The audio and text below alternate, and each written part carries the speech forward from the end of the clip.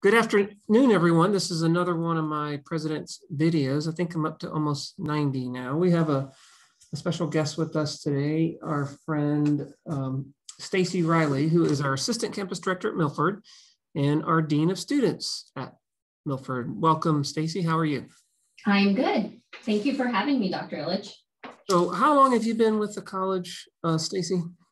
Collectively 10 years with Southeast Community College. I started in the TRIO program. I've worked in accommodations resource office, and then within the last 3 years have assumed the role that I am currently in. Great. Well, one of the things I really like to do with these videos is to give everybody a chance to not only kind of know about the college, but know specifically about what's happening on different campuses, and you're on Milford, so everyone can access this video and really better understand. We are very much one college, but we do have different campuses with different programs.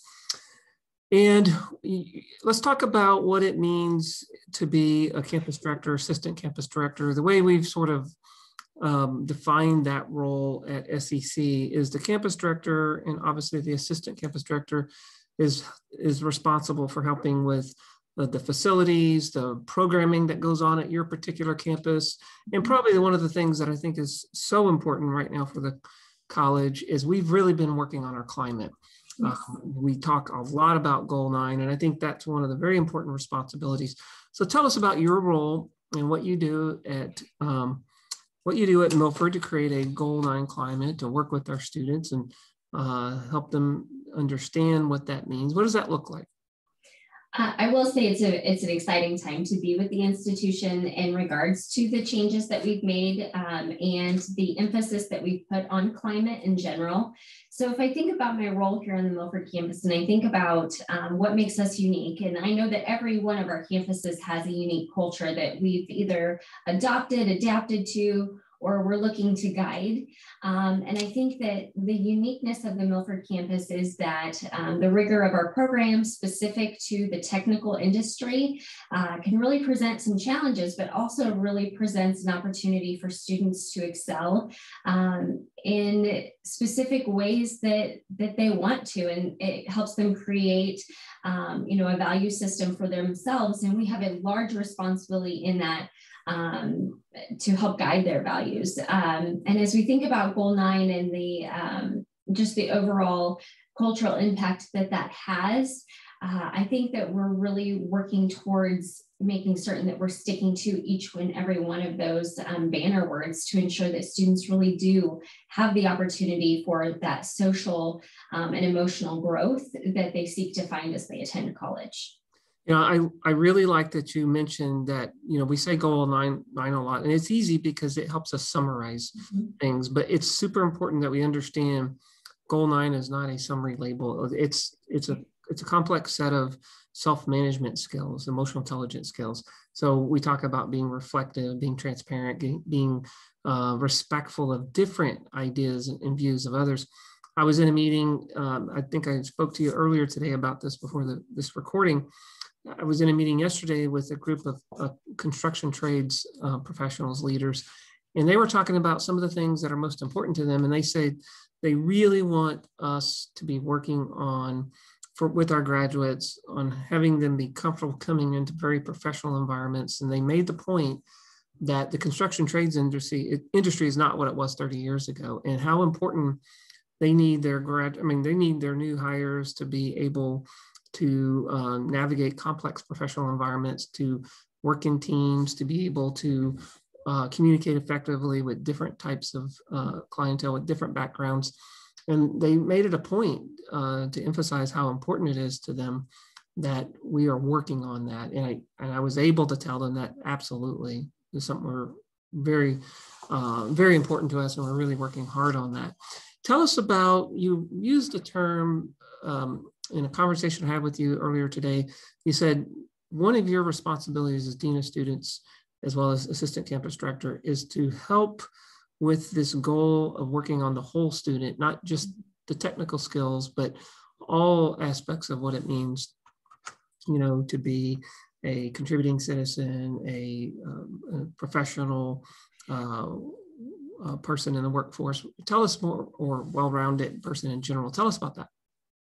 I think in the last 5 years, we've made huge strides in this area to really, as we onboard students into their educational environments, we're really focusing on the student as a whole. So we know that they are not just the education that they're seeking. We know that they may be parents, they may have brothers or sisters, they may have all these outside voices and outside situations that are definitely and should be impacting them because they're a human being, right? So they're attuned to their environment that they're in, whether that's on campus or outside of campus. So within the last 5 years, we've really built upon our student code of conduct to really look at the restorative methodologies that can be placed within that to help students as they, as they grow, that if their growth encounters an infraction or if their growth encounters a misstep in their education, that we come alongside them. We're not there to be, a disciplinary person, though that does come along with things, but we're there to coach them. We're there as a facilitator. And I think that that is beginning to be reflected in our classrooms as well. We want those common tools for students to be that they know that they have a support system, that they are able to reach out and enhance their social and emotional well-being through the campus community and through those campus resources that we have available to them. And as we've created new onboarding methods, whether that's the new student enrollment process or the new student orientation process, I think in every step of the way, we're really starting to integrate that intentional message to students so that they understand that we are here to help support them. And we know that they're not going to be the same person they were, day one of classes, that we hope to grow with them. So by graduation, they have a better sense of themselves and they have a better sense of their personal values that they want to enhance. I think one of the things that can be most challenging, especially for a new student, is this idea of self-awareness, to understand kind of what you're thinking about, what emotions you're having, and to be able to identify them. And then in some cases, we want our students to really work on maybe letting those emotions kind of pass through them before they act on them. And that's not a small thing. And I know we do a lot of work on that. One of the things I thought about as you were talking is, you and Ed Koster, who's our campus director at Milford, you have both made, and of course, along with our various facilities folks you have out there, they do tremendous work, and your maintenance staff does tremendous work. But this is not the same campus. Milford is not the same campus it was 5-6 years ago. It's completely different, and it's transforming. And right now, massively, you have a new 52,000 square foot diesel technology, 2 new dorms. One's about to be completed with, I think, over 300 bed capacity. You have renovated spaces all over the campus. You have a new truck driving facility, a new concourse facility. And we're looking right now at adding, we're renovating Nebraska Hall, possibly for administrative. And then we're looking at adding a building trades facility. We just had a meeting yesterday about getting that launch and getting moving as quick as possible. What do you think about all the physical changes, and how important do you think those changes are in helping a student be inspired, put them in the best possible learning spaces? Tell us about your perception of what kind of messaging this sends and how important it is.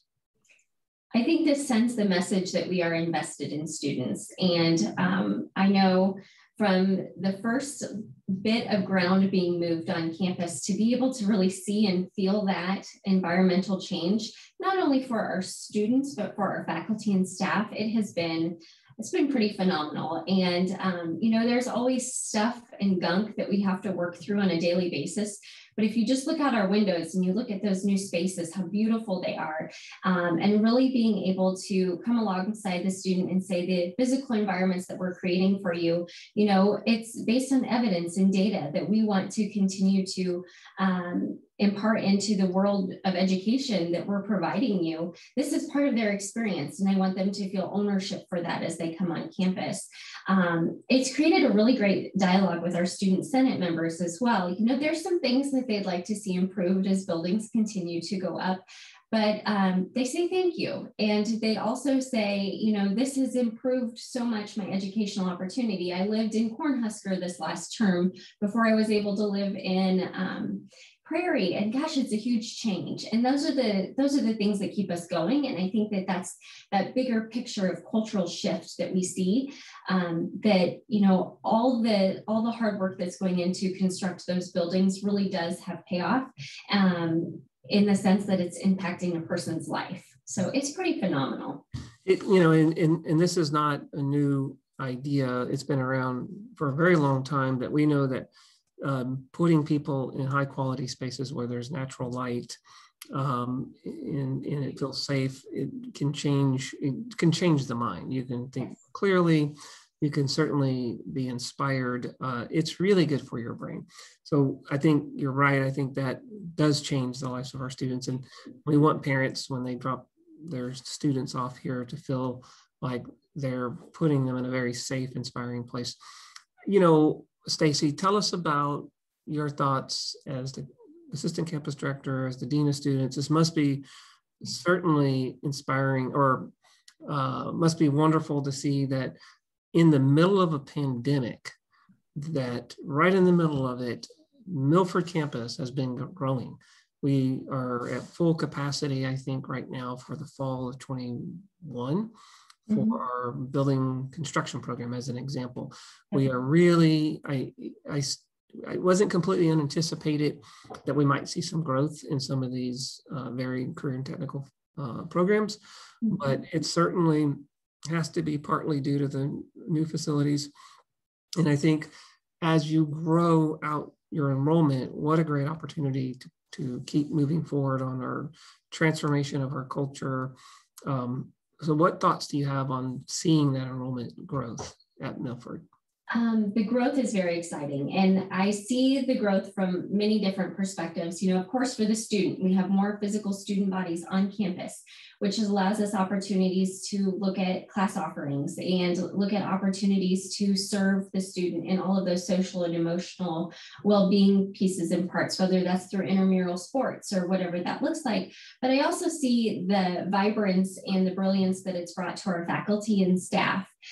Being able to adapt during the pandemic in their classrooms with more of a universal design methodology in how they deliver their classes, utilizing technology to, whether that's record lecture or to just continue to encourage students that, you know, your environment is a safe learning environment, even with a pandemic occurring. That's been pretty cool to see. That's been really exciting to see. You know, and I think one of our themes really over the last 5 years has been resiliency. We've been transforming the college in a lot of different ways, and we occasionally will have an obstacle thrown our way at the institutional level. We've shown that we can overcome those obstacles. But I think really one of the most wonderful things about how we SEC approached the pandemic is we paid attention to what the students wanted. We have, as you know, especially at Milford, we have very high touch programs. It's really hard for them to do that programming in a virtual way. And while we can do elements of it, much of it has to be taught in person. They're licensed. These are things that require really high touch. And so when we listened to our students in the spring, we did surveys, we discovered that they, in many cases, struggled. We saw drops in the performance, and whether it was GPA, success rate.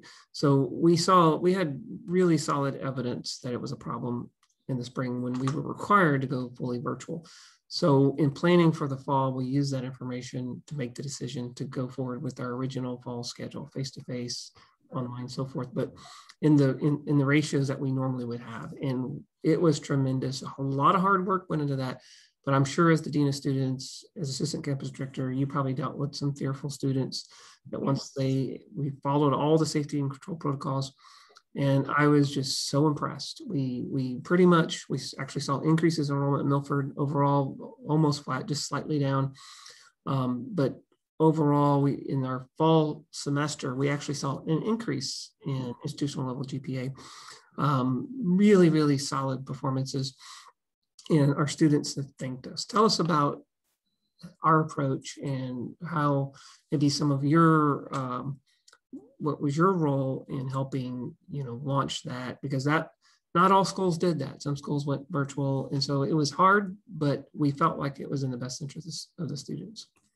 I absolutely believe it was in the best interest of the student to have them here on campus, and just knowing our student populations and like I said, the rigor of our technical programs and being in that lab space is unmatched. And some of that is you can't teach without being right there. So we took a number of steps. You know, we really dove into the campus response teams, being responsible for the physical space, for making certain that faculty and staff and students really truly understood the impact that this additional safety precaution could have on their abilities to be successful in the classroom, both sides of things, student and staff, in that way. And, you know, we just completed last week our vaccination clinic on campus. We partnered with Four Corners, so very grateful to our community partners too outside of the institution that really have assisted us throughout this last year to ensure that students and staff are safe, as well as faculty members. So. Well, you know, I'm glad you brought that up. It's really been a great partnership. With the only way we were able to move forward, you know, the way I look at it is we didn't want COVID we didn't want to supplant our strategic goals and objectives with COVID. We didn't want it to stop us from our absolute critical mission of these workforce programs and these academic transfer programs. We wanted to keep them going, but we had to compartmentalize COVID. And the way we did that is folks like yourself and others, we may have assigned you to different responsibilities to help us with the case management, to help us with all these things. And so while you may have had to shift some of your responsibilities, that freed up other folks like myself to keep pushing the college toward we were on our final year of our first ever strategic plan, and I did not want that. And I would tell you that I saw a lot of courage by the students, courage by individuals like yourself, that had to be willing to trust us and to realize that, you know, we're not going to be putting folks in harm's way, and we're going to do things the right way, but we're also not going to lose sight of why we're here. And we're not going to let COVID, you know, block that in critical mission, but we're going to respect the authorities and make sure we're doing all the safety and control protocols. You've made some excellent points, Stacy. What else would you like to add before we kind of wrap this president's video up? Just, if you haven't read the Student Code of Conduct, or if you have questions regarding student care on campus, if you're new to the institution, or maybe you've been here for a while, feel free to reach out to any one of the campus dean of students or assistant campus directors, and we'd be more than happy to help supply you with that information that you may be missing. And just a thanks, Dr. Illich, for inviting me here today. I really appreciate it. So. Well, I really enjoyed this. When I first started making these videos, Stacy, it was a way for me to kind of stay connected. And we talked mostly about how different individuals were handling the COVID situation.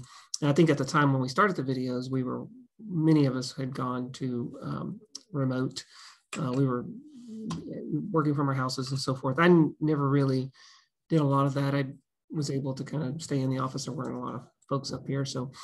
But what has been really fascinating is I've realized that the video shifted pretty early on. So really almost the last 10 months, these videos have not been about COVID. They've been about what we do at the college, what the various roles are. And I received really wonderful feedback from all different areas of the college about how if you go through the 80 to 90 videos where we're at now, you will be an expert at SEC, and someone will see you and say, "Hey, Stacy, great video. I really learned a lot. I didn't realize what assistant campus directors do or dean of students do, and I never thought about educating the whole student." And so I really like the videos from that perspective.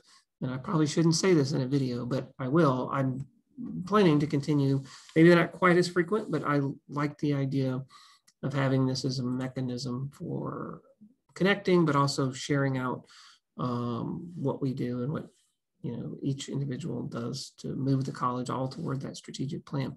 Well, with that, any last minute items? Sometimes people tell jokes, sometimes but that's not your, I even did a video on impromptu, and I had to be involved in that. I think it was some folks out in Milford. Yes, it was Dr. Schmitter and Yep. company. So Dave Schmitter and now I'm blanking on his name. Tim Matan. Tim Matan, thank you. Yeah. They were wonderful. They caught me by surprise, but I liked that. That was really a lot of fun, and I liked the way they really connected it to improving, you know, their interactions in the classroom. So you're doing wonderful things for us. We thank you for taking time today with the video. And with that, I guess we'll say bye to everyone this afternoon, and thanks for watching the video. Goodbye. Thank you. Thank you.